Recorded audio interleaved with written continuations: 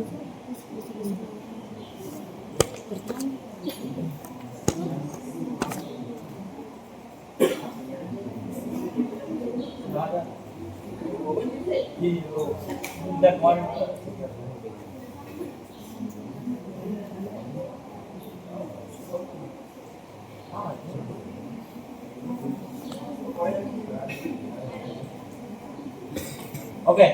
jadi yang pertama kalian lakukan adalah kalian download dulu data SAP-nya. Jadi caranya kalian masuk di Google atau Chrome kalian, kalian klik di situ data SAP sungai atau data MBI.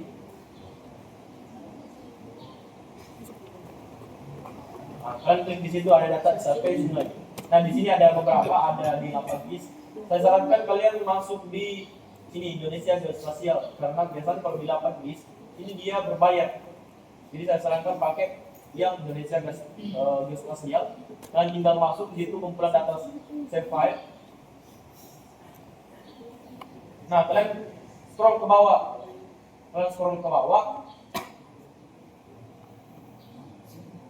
Atau langsung ini saja. Kalian langsung klik di sini data SAP Sungai Palopo atau data MBI Palopo bisa. Nah, ini ada data save file MBI Provinsi Sulawesi Selatan. Tinggal kalian klik yang ini, yang Indonesia Geospasial. Nah, setelah kalian klik, ini kalian scroll ke bawah. Cari cari kota Palopo. Nah, ini ada kota Palopo, save file SAP MBI Kota Palopo. Silakan download dulu. Karena itu yang kita butuhkan. Cuma kurangnya kalau kita menggunakan Indonesia Geospasial, kan itu gratis. Makanya dia datanya itu bukan data yang terbaru, tapi data yang lama. Mungkin tahun 2020 atau 2019. Nah, setelah itu tinggal kalian download saja datanya.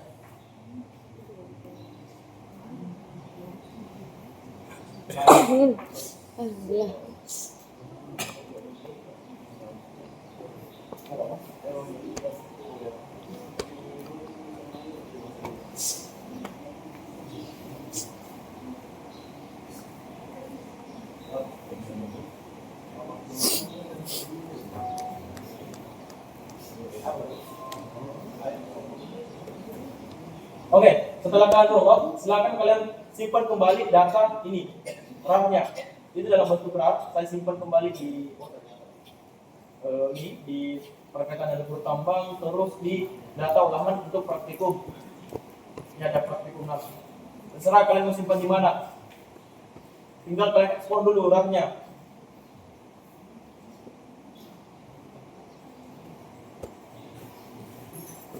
Nah, di dalam sini pasti banyak data di sini. Nah, ini data yang dibutuhkan. Nah, biasanya kalau dalam bentuk RAR, bentuk RBI itu semuanya dalam bentuk vektor. Jadi dia semua rata-rata data SAP, ada CPG, ada SBX.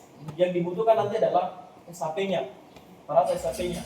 Nah, setelah kalian download data RBI-nya, silakan kalian masuk kembali ke aplikasi AGIS-nya.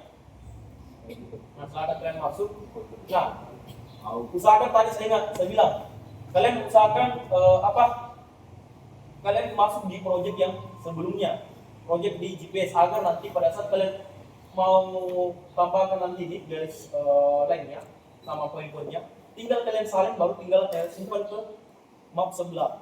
Tapi kalau kalian buat proyek baru, kalian harus mulai dari awal dulu. Kalian harus buat kembali titiknya, garis lainnya, terus garis poligonnya. Nah, yang pertama kalian lakukan adalah kalian tambahkan map baru di sini. Cara untuk menambahkan map baru, tinggal kalian masuk di map, di insert. Ini ada insert. Setelah kalian masuk di insert, kalian masuk di new map. Nah, ini ada new map, tinggal kalian masuk. Di insert, ada di sini new map. Oke, ikuti Sikra. Nggak ada ikut yang lain. Oke, berkatakan Sikra katanya. Nah, Sikra diikuti. Oke, selanjutnya kalian bisa ubah dulu namanya proyeknya, atau kalian masuk dulu. Atau kalian kalau kalian mau ubah nama proyeknya, ini kan ada box 1. Kalian bisa klik kanan terus di properties. Nah, saya namakan di sini project contour. Terus kalian klik OK. Otomatis nama mapnya itu sudah berubah.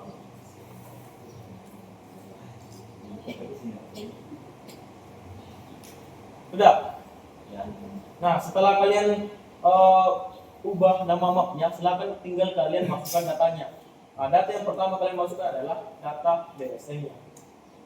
DSM dari DSM dari pengolahan data drone. Jadi tinggal kalian klik kanan, add data, terus kalian cari di mana kalian simpan data DSM-nya.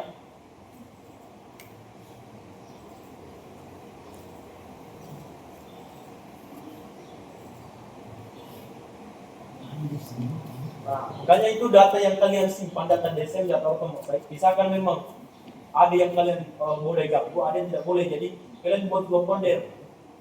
Satu untuk kalian simpan data-datanya semua, yang satu lagi untuk kalian salin untuk melakukan pengolahan nanti. Jadi data yang satu ini dia sudah tidak terganggu. Nah, setelah kalian dapat, kalian klik OK.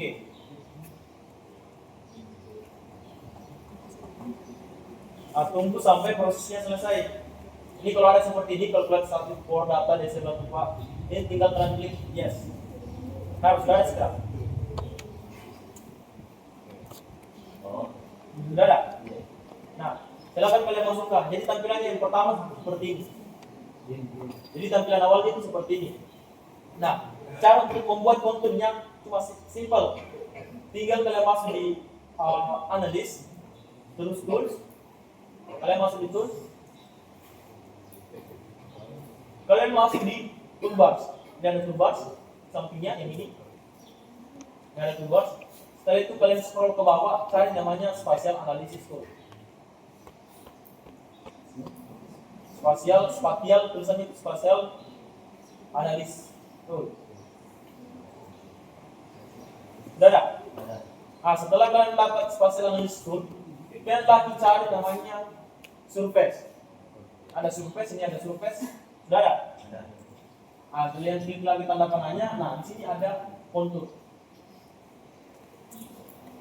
Tinggal kalian klik. Ingat Pak, video kontur ini tidak ada backgroundnya juga. Perhatikan baik-baik. Setelah ini, setelah kalian masuk di sini, kalian klik konturnya, kalian masuk ini rasternya ini kita masukkan data DSM-nya. Jadi kalian tinggal klik kiri, tahan, tarik ke dalam input rasternya. Nah, ini sudah selesai.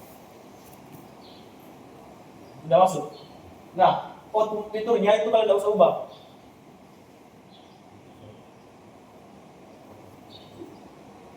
Output fiturnya jangan kalian ubah. Kenapa? Karena ya begitu kalau kita aplikasi bajakan atau aplikasi legal. Karena cuma cracknya yang dipakai, bukan lisensinya. Jadi biasanya saya tidak ubah ini output fitur kelasnya. Karena kapan saya ubah, biasanya dia error. Nah, selanjutnya kontur interval. Nah, kontur interval yang dipakai adalah 1 meter. Berarti kalian klik di situ 1. Kalau kalian disuruh minta kontur interval 2, ya tinggal kalian masukkan di situ 2. Nah, setelah seperti ini, tinggal kalian run.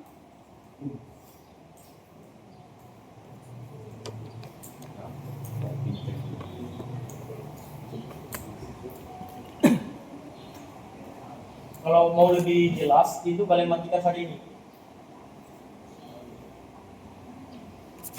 Kalau sudah mati, kan ini masih warna ini. Anggaplah kalian mau ubah menjadi warna hitam. Tinggal kalian klik yang ini simbolnya. Terus kalian masuk di ini properties, lalu ubah menjadi, contohnya saya maunya abu-abu. Aku ya. Terus untuk ini, untuk ketebalan dari garisnya, itu saya mau 0,6 supaya agak lebih tipis lah. Nah, dia seperti ini. Nah, setelah seperti ini sudah selesai satu kontur. Tinggal kita tambahkan lagi kontur yang kedua. Caranya sama tadi. Kalian kembali ke tools, terus masuk lagi di kontur, masukkan lagi data DSM yang gini, kata awalnya tadi. Nah, setelah masukkan kontur, ingat kontur interval itu berapa kontur awalnya tadi? 1 meter. Berarti setiap kontrol interval itu intinya dia dikali 5. Contohnya intervalmu 2, berarti 2 dikali 5, berarti 10. Kalau kontrol intervalmu 1 dikali 5 ya 5. Tinggal kalian masukkan di sini 5. Tinggal kalian run lagi. Nah, dia seperti ini. Nah, kontrol interval 5 meter itu seperti ini.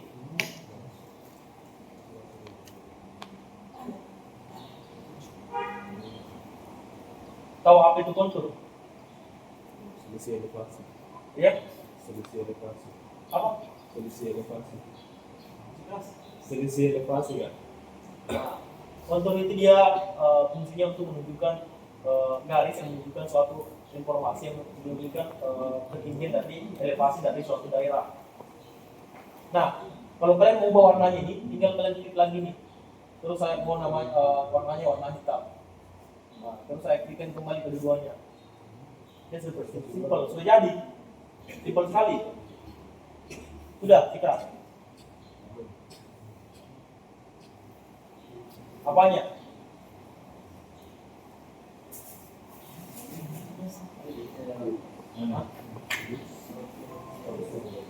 Kenapa? Sudah.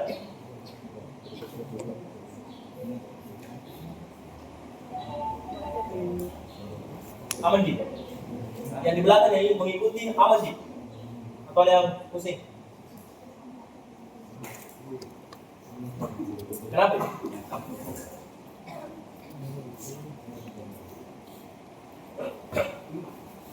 Oh, mau ganti warnanya?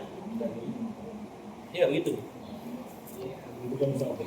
Idealnya ini kalau mau Jadi kita 1 jadi 5, makanya dia akan berjarak di 3. Kan makanya dia tadi kenapa nak begitu tampilannya?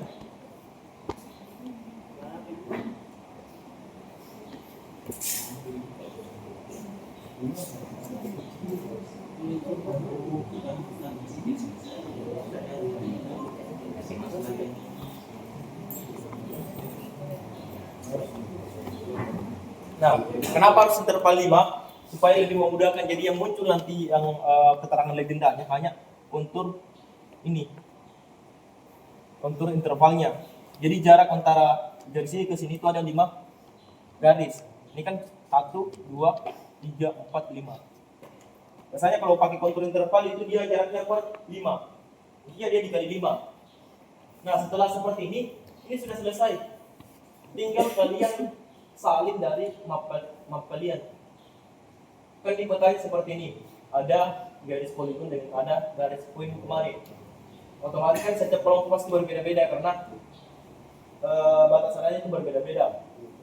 Caranya tetap simpel, tinggal kalian masuk di map, kalian salin data poligonnya sama data poinnya. Caranya tinggal kalian tekan ini, tekan kontrol, tahan, tekan lagi nih. Ini sudah terselect kedua-duanya. Tinggal setelah kalian select, klik kanan, copy. Setelah itu masuk di kontur, ini klik kanan, yang konturnya paste. Klik kanan yang ini paste. Dia simple. Kalau kalian tadi dari awal, kalian harus buat ini dari awal lagi garis lainnya, garis poligonnya. Kenapa ya? Yang mau terpaste. Kalian paste di mapnya. Yang sininya. Sudah tidak? Klik kanan. Klik kanan. Oke. Terus project. Paste di sini.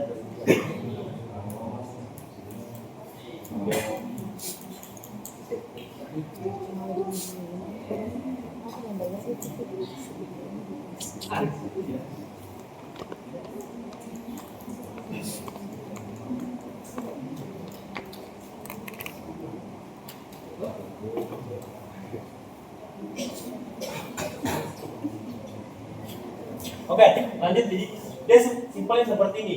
Nah, selanjutnya apa? Tinggal kalian masukkan data RBI-nya, data jalan dengan data sungainya. Jadi caranya sama, tinggal kalian add data. Kalian klik kanan, add data. Setelah kalian add data, kalian masuk di tempat folder kalian simpan.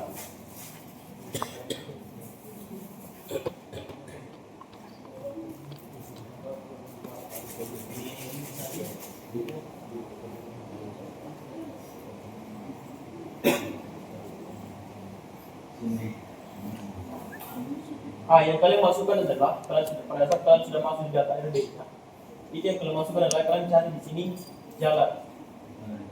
Kalian cari dulu jalan, ini ada jalan, terus kalian klik OK lagi. Ini sudah ada, sudah masuk. Nah, setelah kalian sudah masukkan jalannya, tinggal kalian ubah lagi, ubah simbolnya ini, tinggal klik lagi simbolnya. Setelah kalian klik simbolnya, kalian masuk di galeri. Kalian bisa pilih sesuka hati, terserah kalian bebas mau pilih yang mana untuk simbol jalannya. Anggaplah saya pilih yang ini, terus saya ganti warnanya menjadi warna merah. Berarti adalah menunjukkan suatu jalan. Kalian tidak apa-apa, matikan saja yang ini, Word Topography Map sama Word Listnya. Kalian matikan saja supaya lebih jelas. Nah, setelah jalannya masuk, tinggal kalian masukkan lagi keterangan sungainya. Garis sungainya tinggal kalian add data. Setelah kalian add data, kalian cari lagi di sini sungai.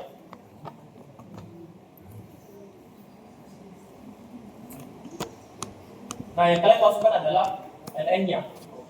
Sungai LN. Terus kalian klik OK. Ubah lagi simbolnya, terserah kalian mau simbolnya bagaimana.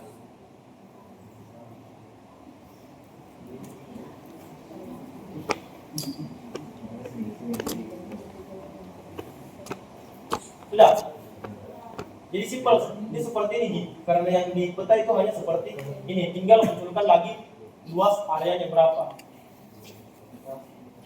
Tinggal kalian munculkan luas areanya, tinggal klik kanan, atribut table. Ini kan ada luas area, tambahkan dulu luas area. Kan luas area kalian sudah ada kemarin toh, otomatis pasti sudah ada sudah muncul.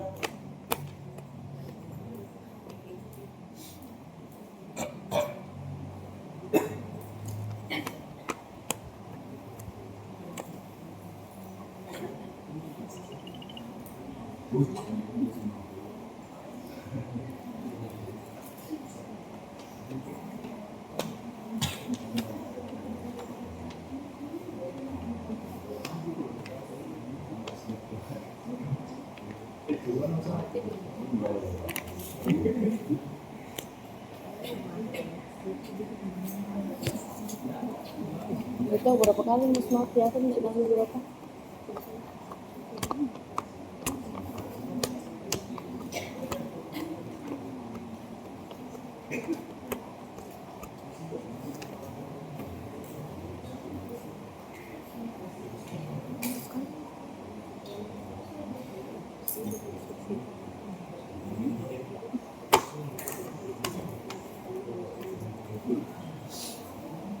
Jadi sudah, tampilannya sudah seperti ini. Jadi simpel sih, tinggal kalian munculkan konturnya, nanti kontur interval 1 dan kontur interval indeksnya. Terus jangan lupa kontur interval, kontur biasa itu kalian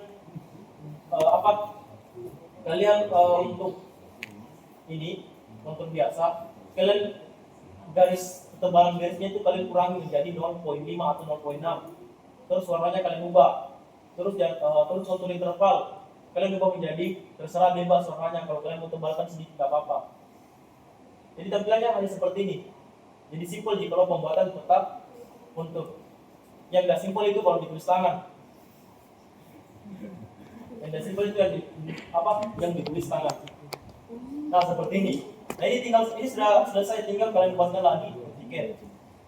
Jadi kemungkinan kalau saya rasa dari kesepakatan asisten mungkin etiketnya itu lagi dimanualkan. Kecuali yang manual adalah mungkin hanya keterangannya. Jadi kalau keterangannya seperti nanti kalian gambar seperti ini, otomatis kalau dia bentuk bendera kalian gambar bentuk bendera baru namakan titik poin. Terus sungainya dia warna biru. Kalian garis di sini pakai garis warna biru. Kalau jalannya seperti ini ada hitam-hitamnya di tengah ya, kalian tambahkan hitam-hitamnya di tengah juga warna orange dulu baru tambahkan garis putih-putih warna hitam di tengah. Sesuaikan dengan keterangan bagaimana. Nah setelah itu ini kan sudah selesai. tinggal kalian buatkan etiket nanti yang ini. Tinggal kalian buatkan etiket. Ini sudah selesai, tinggal kalian buatkan etiket. Jangan lupa Ctrl S. Nah setelah ini kita masuk lagi di map selanjutnya, pembuatan map selanjutnya. Jadi tinggal kalian klik map, masuk insert, terus new map. Kalian tambahkan map lagi. Kita masuk insert, map, terus new map.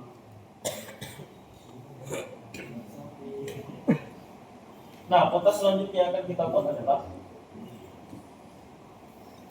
kota seperti ini. Jadi sebenarnya garis-garis gridnya ini tidak ada. Nanti pada saat kalian buat kota, untuk garis gridnya itu hilangkan saja. Yang garis grid itu yang seperti ini, yang lurus. Yang namanya grid. Nah, selanjutnya kita buat seperti ini. Ada data hillsheet-nya, ini yang berwarna adalah hillsheet. Terus ada data konturnya, kontur interval. Kalau tidak salah ini kontur interval 1 juga, tapi dia kecilkan garis konturnya. Selanjutnya ada batas area. Caranya simpel juga. Tinggal sama, yang kalian gunakan adalah data DSM. Kalian tinggal add data lagi. Terus kalian cari data DSM kalian.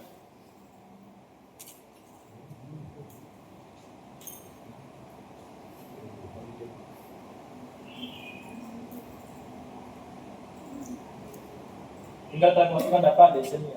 Jadi simple sebenarnya untuk pengolahan data untuk total session. Yang lebih simple itu kalau kalian desain. Itu ribet kalau hanya data seorang main survei, hanya pengolahan data simple, tidak terlalu ribet. Nah, setelah kalian masuk seperti ini adalah data awalnya. Nah, yang pertama kalian buat adalah data hillsheet-nya dulu. Jadi cara untuk membuat data hillsheet-nya, kalian masuk di insert. Di analis, ini ada analis. Terus kalian masuk di tools-nya, ini ada tools. Ini ada tools. Nah, setelah kalian masuk di tools, itu kalian bisa langsung, kan sudah ada tadi surface-nya toh? Kalian masuk langsung di hillsheet. Ada. Kalian masuk di hillsheet, setelah masuk di hillsheet, di input rasternya kalian masukkan data DSM-nya. Setelah kalian masukkan, tinggal kalian run. Error. Dia seperti ini. Jadi di situ dia agak seperti ini lah. Jadi permukaannya itu lebih jelas ini. Permukaannya itu lebih jelas. Nah, di sini kan belum berwarna. Ini kan belum berwarna toh. Nah, cara untuk memberi warna di dalam hillsheet-nya itu simpel juga. Kalian kembali ke sini. Terus yang pertama kalian lakukan adalah kalian ketik di sini save. Kalian lihat.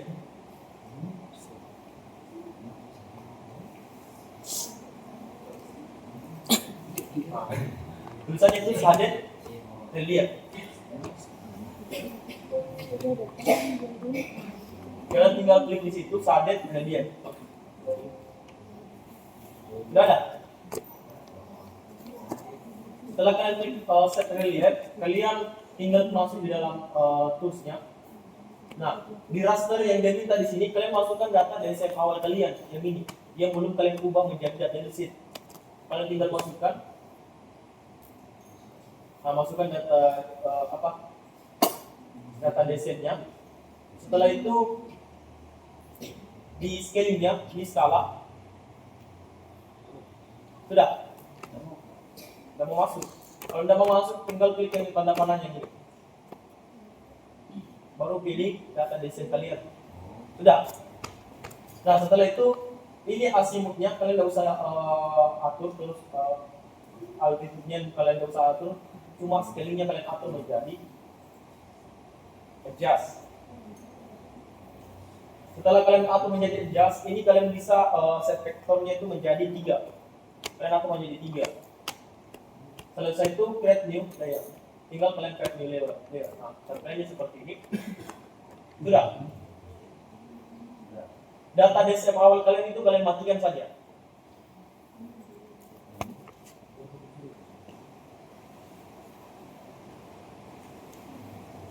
Sudah. Nah, Yang pertama kalian lakukan adalah yang implicit data itu harus di atas. Jadi caranya tinggal kalian klik kiri, tahan, tarik ke atas. Dia harus di atas. Sudah. Jadi setelah ini tinggal kita transparansikan datanya. Jadi untuk mentransparansikan datanya, kalian select dulu data implicit kalian karena data implicit akan kita transparansikan. Setelah kalian klik terselect ini, kalian masuk di raster layer. Ini ada raster layer. Sudah. Kemudian situ ada transparansi, kalian atur transparansinya sedemikian rupa. Tinggal kalian atur kalian mau transparansinya berapa. Tentunya saya transparansinya di sini 55. Ini seperti ini. Tinggal kalian atur. Kalian mau transparansinya bagaimana? Nah, tinggal kalian atur seperti ini. Setelah kalian atur, ini sudah selesai. Tinggal kalian buat lagi konturnya. Jadi untuk membuat kontur sama, tinggal kalian masuk di toolbarnya kembali, toolsnya, tinggal masuk di kontur lagi. Sudah. Buat konturnya, kalian masuk di sama di tadi. Sudah jangan dimasukkan nama orang. Sudah transparansi. Apa dibentuk? Sudah transparansi, masuk kembali ke analis, baru tulis. Selesai itu masuk lagi di konturnya. Kontur yang kalian buat sebelumnya tuh. Caranya sama untuk membuat kontur sebelumnya. Yang kalian masukkan adalah data desep awalnya. Selanjutnya kontur interval itu adalah 1. Sudah ada. Setelah itu lalu apply.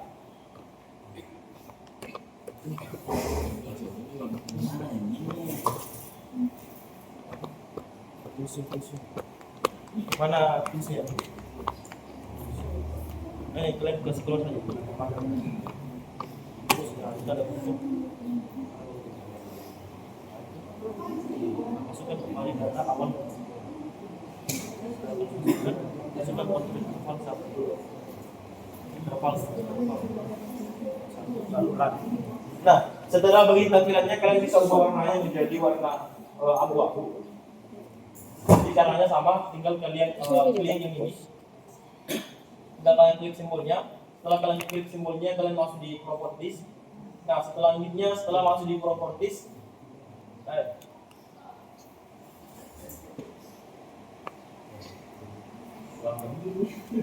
hah?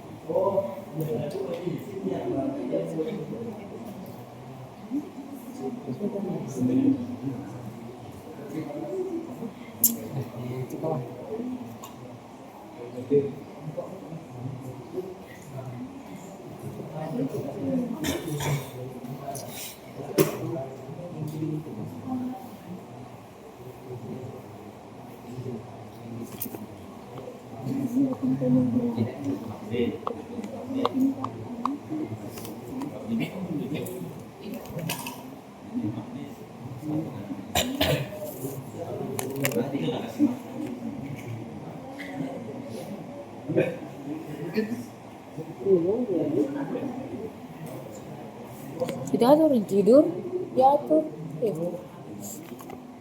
Biasanya Ya ini deh.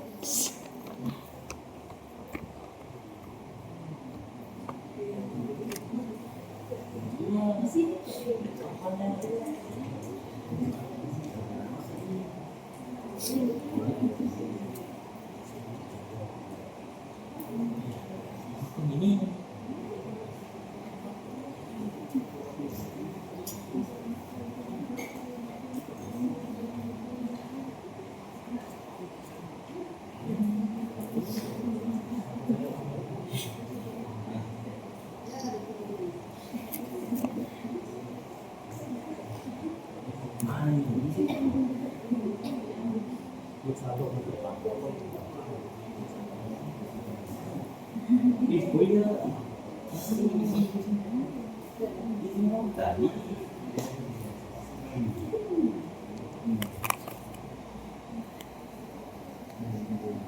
Kita ubah, umpama saya mau nih warna abu-abu seperti ini. Nah, setelah kalian ubah, kalian bisa atur untuk ini ketebalan konturnya. Saya mau ketebalan konturnya itu hanya 0,5. Tinggal kalian klik lagi di sini. Dia berubah seperti ini. Atau kalian ubah ini menjadi warna hitam, nggak apa-apa.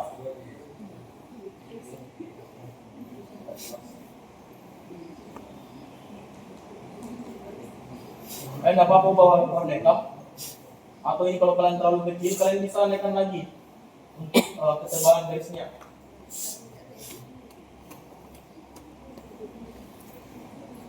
Nah, seperti ini. Bagaimana sih kira? Aman? Nah, sini. Berapa ini? Apa? Kasih tipis. Iya, kasih 0,8. Oh, 0,8. Udah. Enter saja 0,8 enter.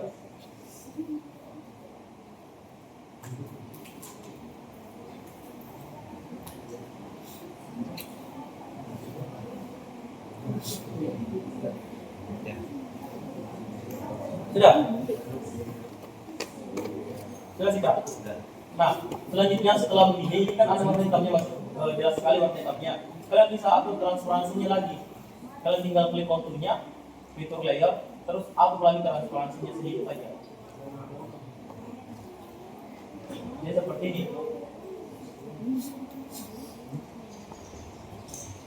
Tinggal kalian atur transparansinya. Sudah. Oke, kita lanjut. Jadi kalau pada saat kalian sudah atur transparansinya, kan ini sudah selesai, sudah ada masuk ke data disknya, terus ada satelitnya, terus ada kontur datanya. Nah, ini kan di sini ada lagi batas area. Jadi tinggal kalian salin lagi dari map sebelumnya. Tinggal kalian salin, copy, terus paste lagi di sini. Ah, sudah selesai. Jadi simple gitu.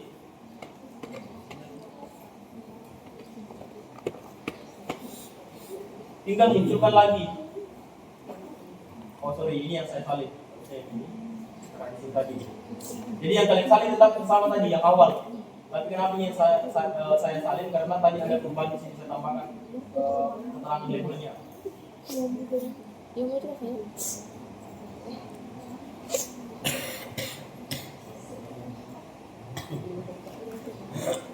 Nah, ini sudah selesai lagi.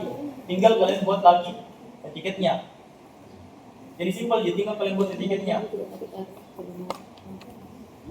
Nah, selanjutnya kalian masuk lagi ke map berikutnya. Kalian buat map baru. Kita buat peta ortomosaik dengan data ini, data kontur dari total session hasil pengolahan dari survak. Jadi yang pertama kalian lakukan adalah buat map baru dulu. Kalian insert, terus new map.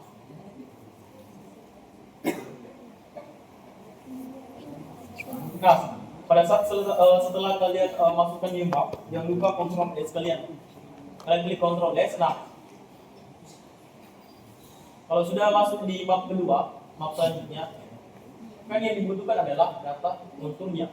Nah, sedangkan data kontur yang kalian miliki sudah kalian buat ini. Hah? Kenapa? Apa yang tadi? Bunderi dengan data kontur, consistent. Makanya itu tidak boleh kalian buang. Nah, kalau kalian buang, perhatikan saja dulu. Cuma simple gini, tinggal masukkan data terus gitu. Jadi yang pertama kalian lakukan adalah ini, kalian harus ekspor dulu data olahan konturmu di Surpak. Jadi caranya itu tinggal kalian masuk di Surpak dulu. Kalian masuk di software Surpak. Nah, setelah kalian masuk, kalian cari dulu di mana kalian simpan file Surpaknya, folder Surpaknya.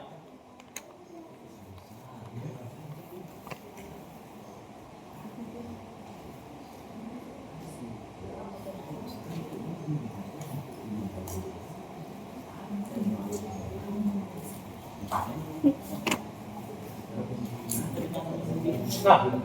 ini kan sudah masuk dalam aplikasi Surpak. Nah, yang pertama kalian lakukan adalah kalian mencari tempat kalian sekolah data kalian. Itu saya simpan di perdagangan dan tambang. Terus saya simpan di data olahan Surpak.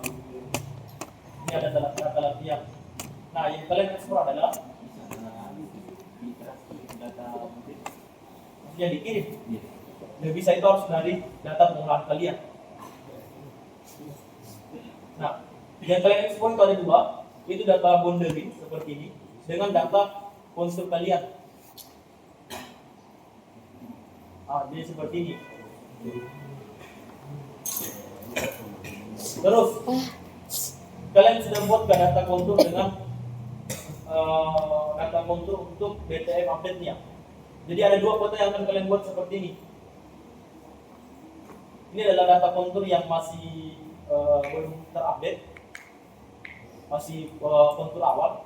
Kalian nanti masukkan kontur update-nya juga.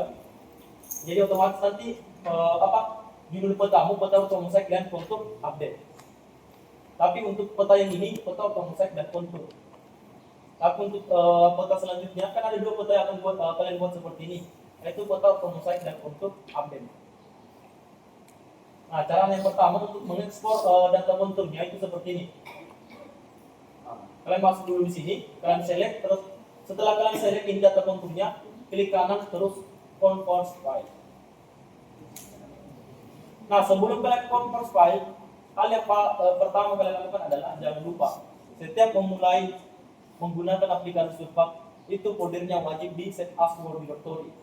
Klik kanan set as Word directory agar nanti pada saat kalian ekspor itu data yang kalian simpan itu berada di folder yang telah kalian set as Word directory.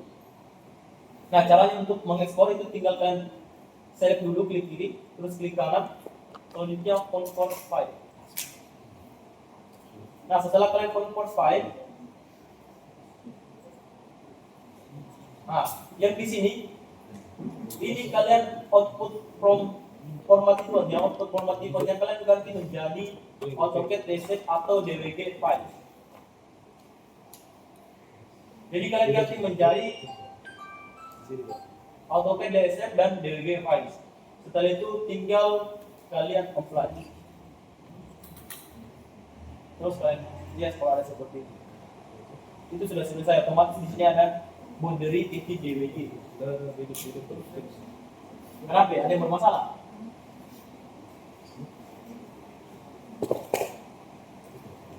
Kenapa? Convert file. Klik kanan, convert file.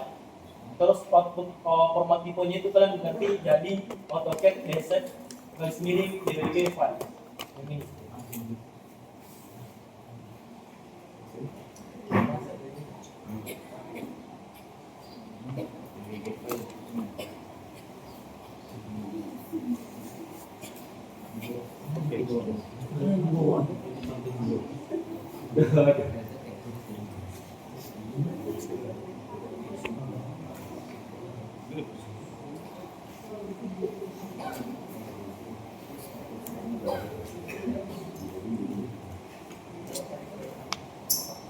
Oke, sudah. Nah, beda tampilannya. Itu AutoCAD 2002 AutoCAD 6.6.2. Caranya sama Ji. Di sini ya sama AutoCAD DXF dan DWG. Itu otomatis dia. Di sini coba tadi. Ya, itu pakai yang paling bawah saja.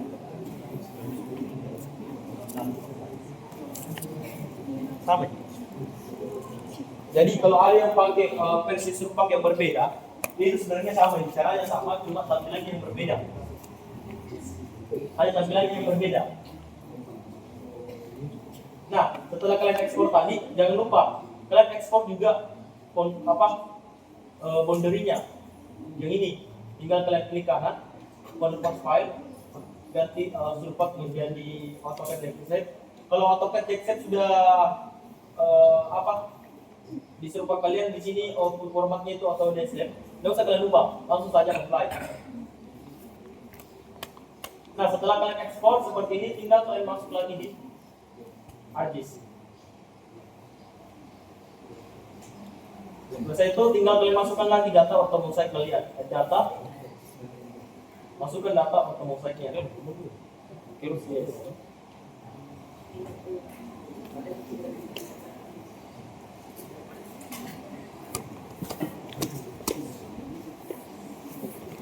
Saya lihat TP di sini tipis-tipis semua. Padahal kalau saya lihat dari soalnya itu baru kan. Kalau jawabannya belum kemarin.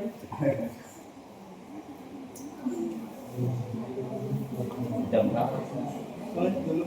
Nanti saya juga nanti pertanyakan mengenai TPM. Jadi perbaiki pelajaran dia untuk TPM nanti kalau siapa yang asistensi saya perbaiki TPM. Mencari TPM. Otomatis yang saya asistensi nanti kelompok 8 sampai 8 ke atas.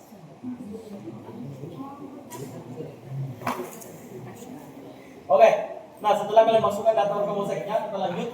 Nah, di sini kan petanya hanya peta ortomosaik dan peta kontur. Jadi yang kita masukkan lagi peta konturnya. Caranya sama, tinggal kalian add data, klik kanan, add data. Setelah kalian add data, kalian cari di mana kalian simpan tadi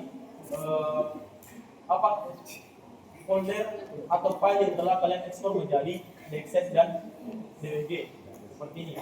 Jadi saya simpan di data ulangan sulfat angka latihan. Tinggal saya cari datanya, foldernya.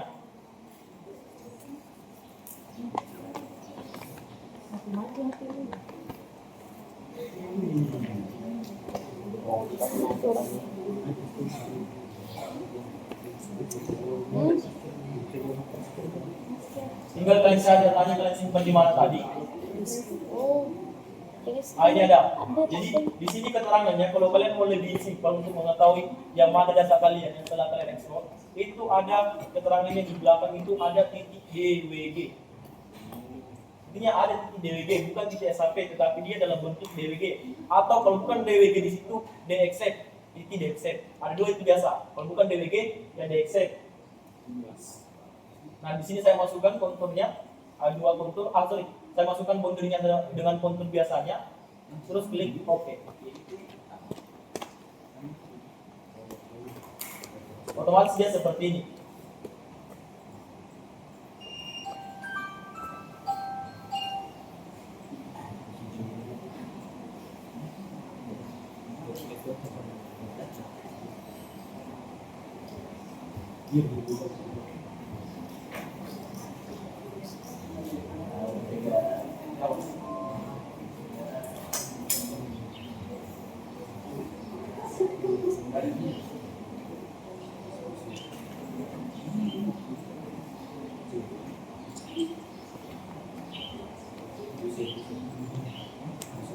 Baik, sudah.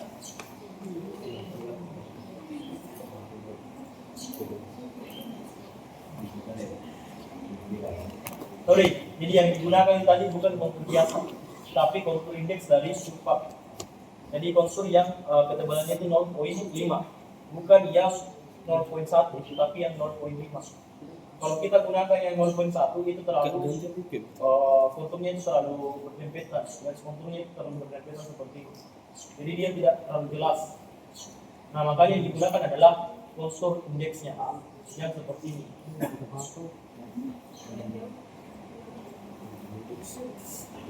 Oke, kita lanjut.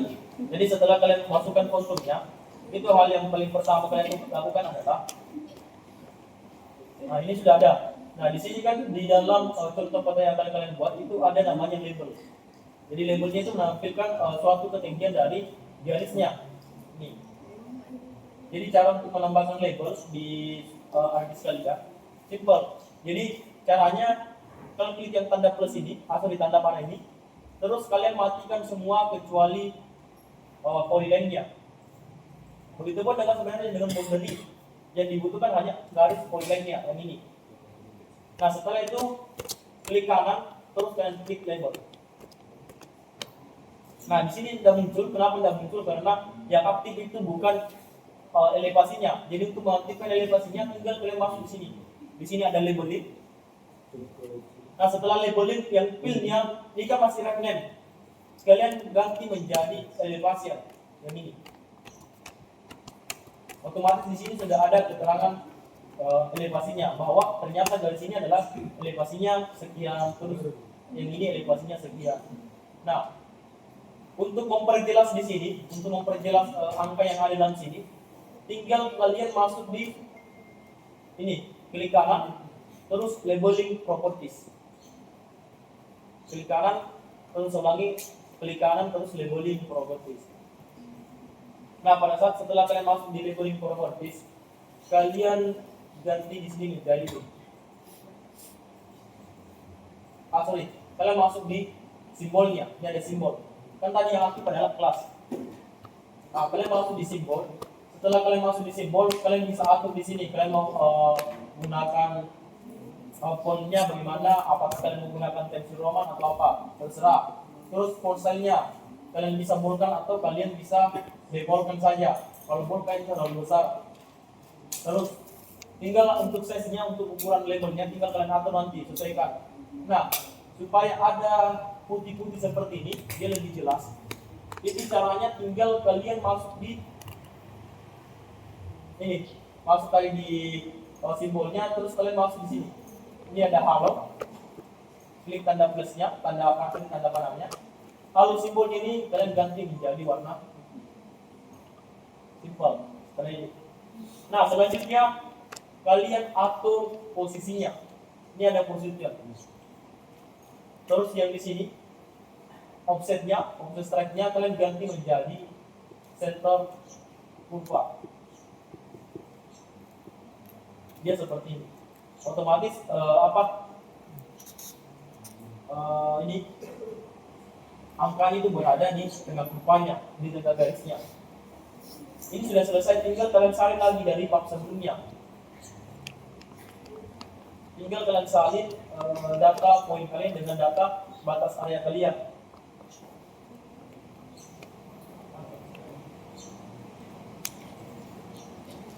Tinggal kalian copy, paste lagi di sini.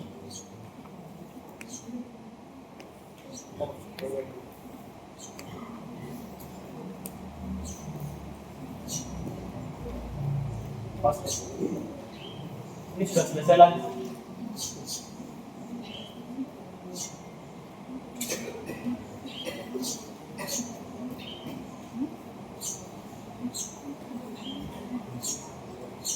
Kalau di sini kan di contohnya tidak ada muncul labelnya. Di sini kan tidak ada muncul luas areanya. Jadi tinggal kalian matikan labelnya untuk poligonnya. Nah, tinggal klik kanan, matikan labelnya. Selesai. Jadi selanjutnya tinggal kalian buat lagi etiketnya. Nah, setelah kalian buat ini, kalian buat lagi map baru. Terus yang kalian masukkan kontur yang kalian masukkan adalah kontur yang diupdate. Karena ada dua item yang kalian buat, toh, otomatis kalian harus juga buat konturnya masing-masing. Otomatis di sini ada penurunan dan elevasi nanti di sini. Dia konturnya lagi tidak seperti ini lagi. Dia menurun dia di sini. Kalian masukkan lagi nanti itu. Jadi ada dua peta yang akan kalian buat seperti ini. DTM biasa, DTM awalnya dengan kontur biasa dengan kontur awalnya dengan kontur update-nya. Nah, setelah selanjutnya seperti ini, tinggal kalian buatkan lagi etiket.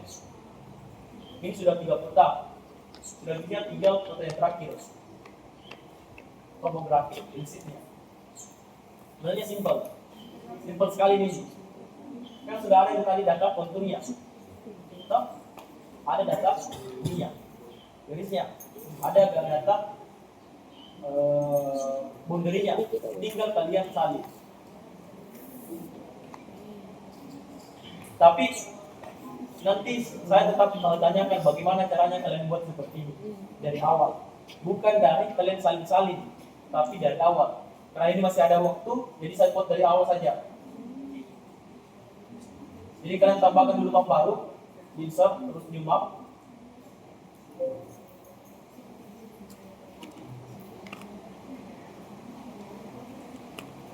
Jadi kalian perhatikan memang terus TB-nya pelajaran-pelajaran yang dan seluruh asisten rata-rata TB-nya nanti akan dipertanyakan juga. Karena di TP kalian itu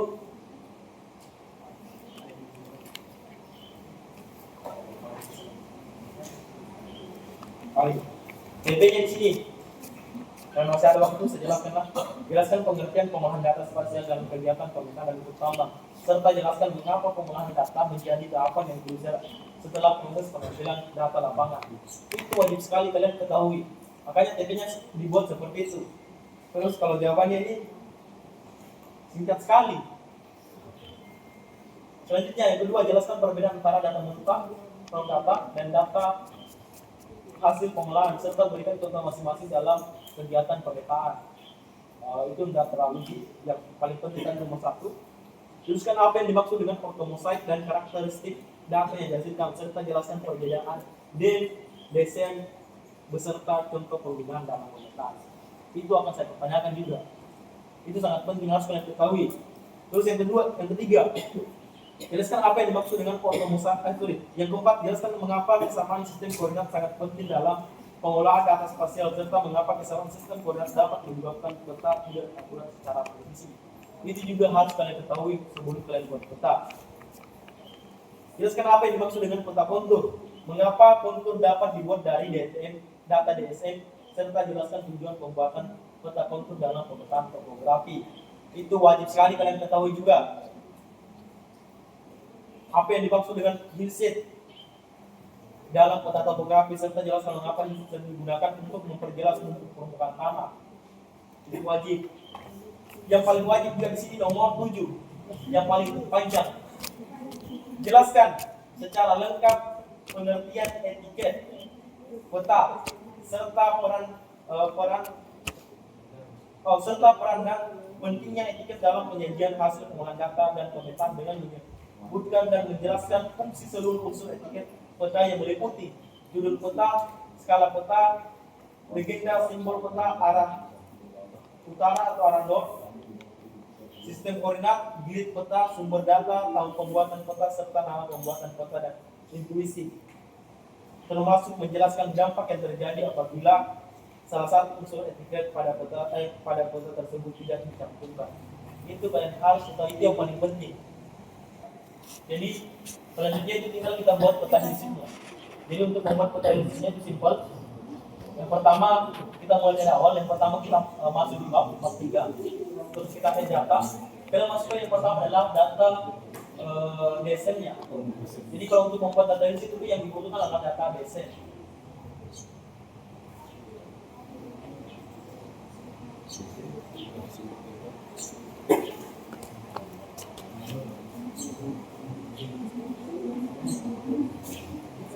Jadi yang dibutuhkan adalah data desain. Nah seperti ini. Jadi langkah yang pertama yang kita lakukan adalah 1 jam. kita ubah data desainnya ini menjadi data hillside.